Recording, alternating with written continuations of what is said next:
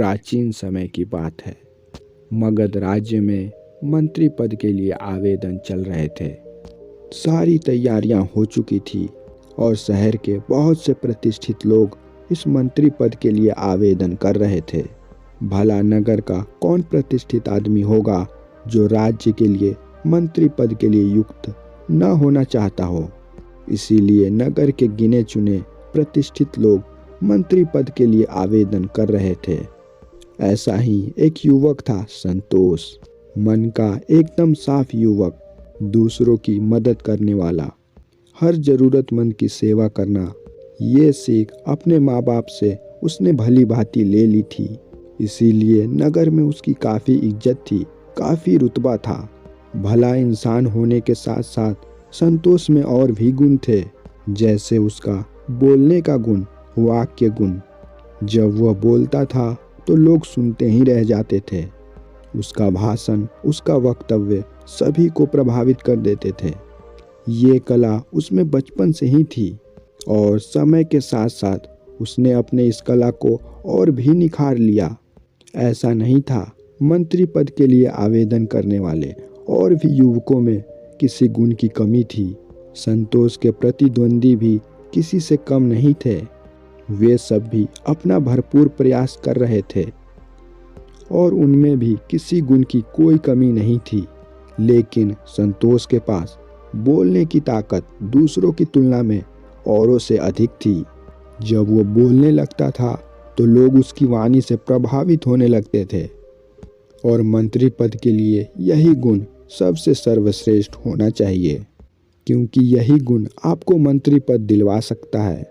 क्योंकि आप अपने भाषण, अपने वक्तव्य से अपने जनता की लोगों को, अपने सामने वाले लोगों को प्रभावित कर पाते हो, तो आप मंत्री पद के लिए अच्छे दावेदार हो सकते हो। इसी कारण संतोष का रुतबा पूरे नगर में फैला हुआ था और उसकी प्रतिष्ठा को और भी ज़्यादा फैलाने के लिए उनके दोस्त, उसके चाहने वाले अपनी जी जान एक करके लगे हुए थे। उन्हीं दोस्तों में से संतोष का एक दोस्त विपिन हुआ करता था। विपिन संतोष का बचपन का मित्र था और दोनों में बहुत ही गहरी मित्रता थी। लेकिन संतोष की तरह विपिन उस नगर का कोई प्रतिष्ठित व्यक्ति नहीं था। उसे ज़्यादातर लोग नहीं जानते थे। वो एक साधारण से परिवार से था और ना ही उसमें भाषण देने का, कोई वक्तव्य पेश करने का गुण था।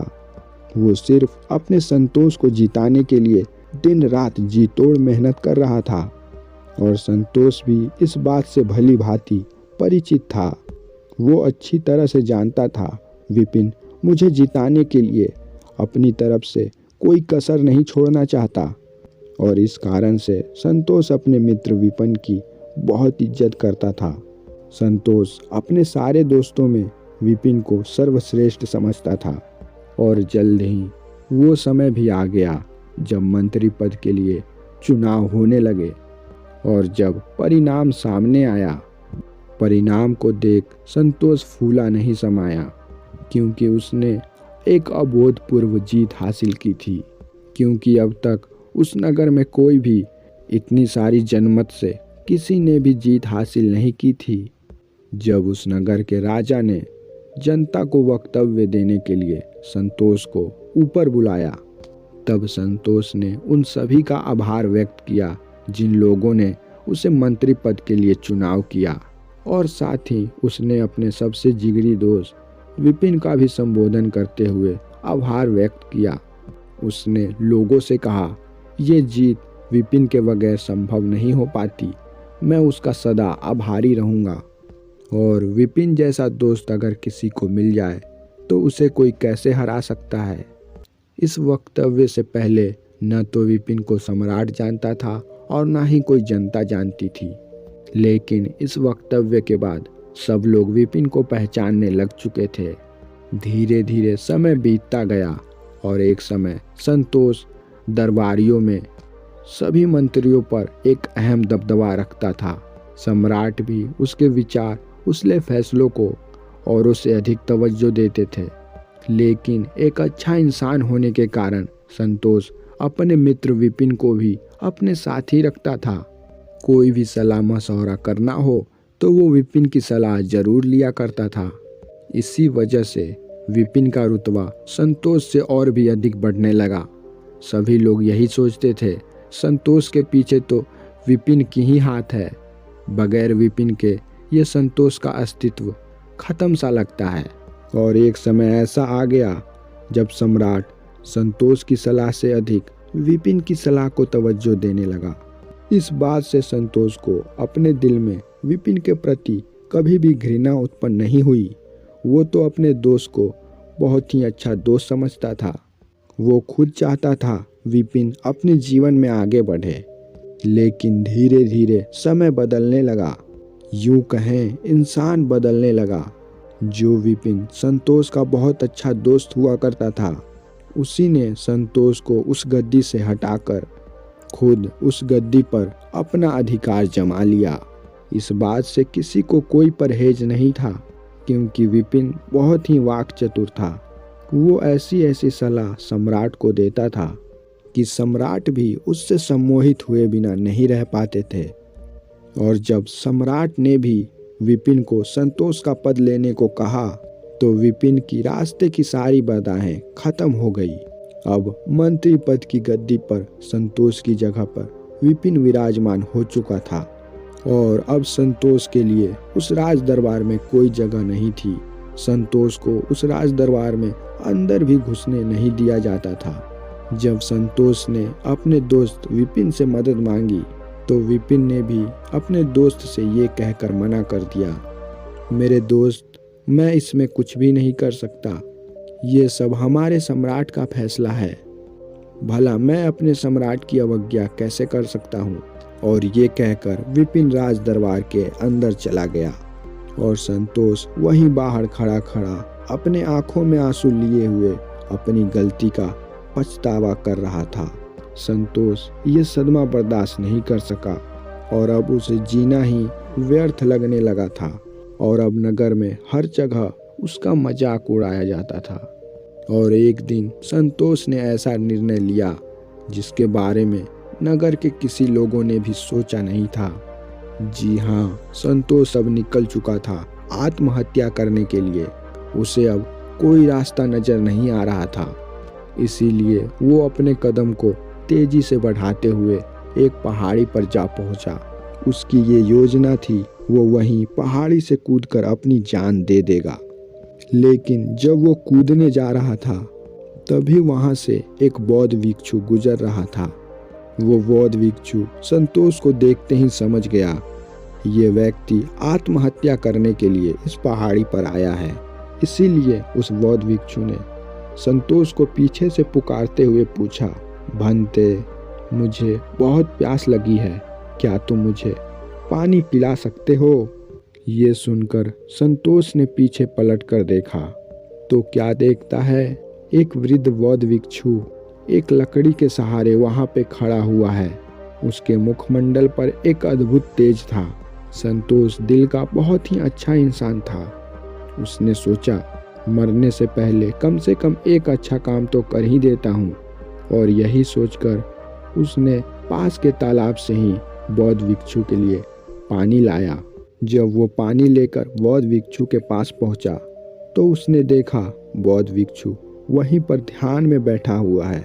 जब बौद्ध भिक्षु अपने ध्यान से उठा, संतोष ने उसे पानी पिलाया। पानी पिलाने के पश्चात संतोष ने भिक्षु से कहा, हे बौद्ध भिक्षु, अब मुझे जाने की आज्ञा दे। शायद यही कर्म मेरी जिंदगी का आखिरी कर्म कहलाएगा। और ये कहकर वो उसी पहाड़ी की ओर चलने लगा। बौद्ध भिक्षु ने फिर से उसे पीछे से पुकार कर कहा, भंते, जब तुमने निश्चय ही कर लिया है तुम्हें आत्महत्या करनी है, तो मैं तुम्हें रोकूंगा नहीं। लेकिन आत्महत्या तो तुम कुछ क्षण बाद भी कर सकते हो। क्या तुम कुछ क्षण मुझ अकेले आदमी का साथ दे सकते हो? क्या तुम थोड़ी देर मेरे साथ बैठकर बातें कर सकते हो? मैं बहुत दिनों से जंगलों में अकेला घूम रहा हूँ। अब इतने दिनों के बाद मुझे कोई इंसान दिखा है। ये सुनकर संतोष उस बौद्ध भिक्षु के पास आया। वह उसके नज़दीक आकर बैठ गया। वह बौद्ध भिक्षु संतोष से आत्महत्या करने का कारण पूछता है। संतोष अपनी पूरी दास्तां उस बौद्ध भिक्षु को सुना देता है। ये सुनकर वो बौद्ध भिक्षु संतोष की पीठ थपथपाते हुए कहते हैं, संतोष, तुम एक बहुत अच्छे इंसान हो, लेकिन इस संसार में जीने के लिए सिर्फ अच्छा इंसान ही होना मायने नहीं रखता। उसके साथ साथ तुम्हें अपनी बुद्धि और विवेक का भी इस्तेमाल करना होगा।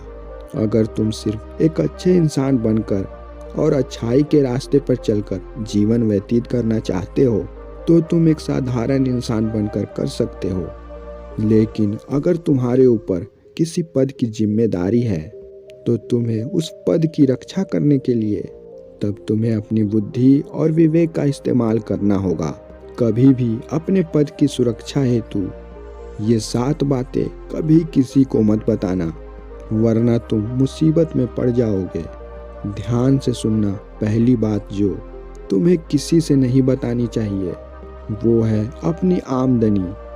अगर तुम किसी को अपनी आमदनी बता देते हो तो सामने वाली व्यक्ति की अपेक्षाएं तुमसे बहुत अधिक बढ़ जाती है, और जब सामने वाला व्यक्ति तुमसे मदद मांगता है और तुम उसकी मदद नहीं करते हो तब उसके मन में तुम्हारे लिए घृणा, द्वेष, ईर्ष्या उत्पन्न हो जाती है, क्योंकि वो सोचता है इस व्यक्ति के पास इतने पैसे होने के बावजूद, इसकी इतनी आमदनी होने के बावजूद मेरा ये दोस्त मेरी सहायता क्यों नहीं कर रहा है। और यही नहीं, तुम्हारी आमदनी के वजह से ठगों और चोरों को भी आकर्षित करती है। ठग और चोर उन्हीं के पीछे पड़ते हैं जिनकी आमदनी औरों से अधिक होती है। इसीलिए जब तक ज़रूरत ना हो, जब तक बहुत आवश्यकता ना हो, अपनी आमदनी किसी से मत बताना, अपने परिवार के सदस्यों को भी मत बताना, क्योंकि बात एक व्यक्ति तक स्थिर नहीं रहती। आमदनी का खुलासा तभी करना जब तुम्हारे लिए कोई रिश्ते आए हो। उस समय अपनी आमदनी का खुलासा करना बेवकूफ़ी नहीं होगी, लेकिन उसके अलावा अनजान लोगों को, अपने मित्रों को अपनी आमदनी बताना मूर्खता की निशानी है। दूसरी चीज़ जो व्यक्ति को किसी को नहीं बतानी चाहिए वो है परिवार के झगड़े, घर के उलझने। जब तुम अपने घर के तनाव, अपने घर के झगड़ों के बारे में किसी दूसरे व्यक्ति को, किसी पड़ोसी को बताओगे तो वो लोग तुम्हारा फ़ायदा उठाने से नहीं चूकेंगे। वो घर के झगड़ों को शांत तो नहीं करेंगे, उसे और बढ़ा देंगे। वो तुम्हारे घर में और भी कलेश फैलाएंगे।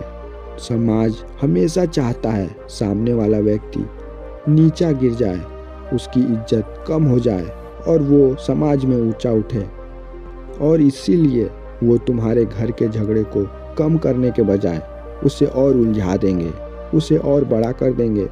हर एक व्यक्ति का पड़ोसी उसके घर के झगड़ों में घी डालने का काम करता है। तीसरी बात जो व्यक्ति को अपनी पत्नी से भी नहीं बतानी चाहिए वो है खुद की गलतियाँ। अतीत में जो तुमसे गलतियाँ हुई हैं उसका खुलासा व्यक्ति को कभी भी अपनी पत्नी के सामने भी नहीं करना चाहिए। और अगर कोई व्यक्ति ऐसी गलती करता है तो सामने वाला व्यक्ति समय के साथ साथ उस पर अपना दबदबा बनाना शुरू कर देता है। वे लोग यही सोचेंगे आप तो इतनी गलतियां कर चुके हैं और वे लोग तो धुले हुए हैं और उन्होंने तो कोई गलतियां नहीं की, और इसीलिए वे अपने आप को आपसे ऊपर आंकना शुरू कर देंगे और आपको हर बात पर की गई गलतियों का बदनामी थोपेंगे। और अपनी गलतियां बताने का बुरा नतीजा ये भी है, आपके साथ ये भी हो सकता है कल को आपका कोई दोस्त जिससे आपका झगड़ा हो जाए, कोई दुश्मनी हो जाए, तो वही दोस्त आपके द्वारा की गई गलतियों को दुनिया के सामने प्रकट कर देता है और आप समाज में निंदा के पात्र बन जाते हो। चौथी बात जो व्यक्ति को कभी किसी से नहीं कहनी चाहिए वो ये है, किसी भी व्यक्ति को अपना लक्ष्य किसी को नहीं बताना चाहिए। जब तक लक्ष्य की प्राप्ति ना हो जाए किसी के सामने उसका ढिंढोरा नहीं पीटना चाहिए। आप जो भी अपने जीवन में पाना चाहते हैं, आप जो भी अपने जीवन में करना चाहते हैं वो अपने मन में रखें। अगर आप अपना लक्ष्य दूसरों लोगों को बताएंगे तो वही लोग आपके रास्ते में अड़चन पैदा करेंगे, वही लोग आपके उत्साह को जीर्ण शीर्ण करने की कोशिश करेंगे। और अगर वे अड़चन उत्पन्न नहीं करते हैं और अगर आप लक्ष्य प्राप्ति नहीं कर पाए तो वही लोग कल आपका मजाक बनाएंगे, 10 लोगों के बीच में आपकी हंसी उड़ाएंगे।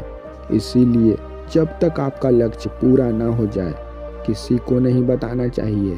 5वीं बात जो हर व्यक्ति को अपने मन में ही रखनी चाहिए वो है अपनी ताकत और अपनी कमजोरियाँ। जब हम अपनी कमजोरियों को दूसरे को बताएंगे तो जाहिर है वो मौका मिलने पर हमारी उन्हीं कमजोरियों का फ़ायदा उठाएगा, और हम अपनी ताकत दूसरों को बताएंगे तो वही ताकत हमारी कमजोरी बन जाएगी।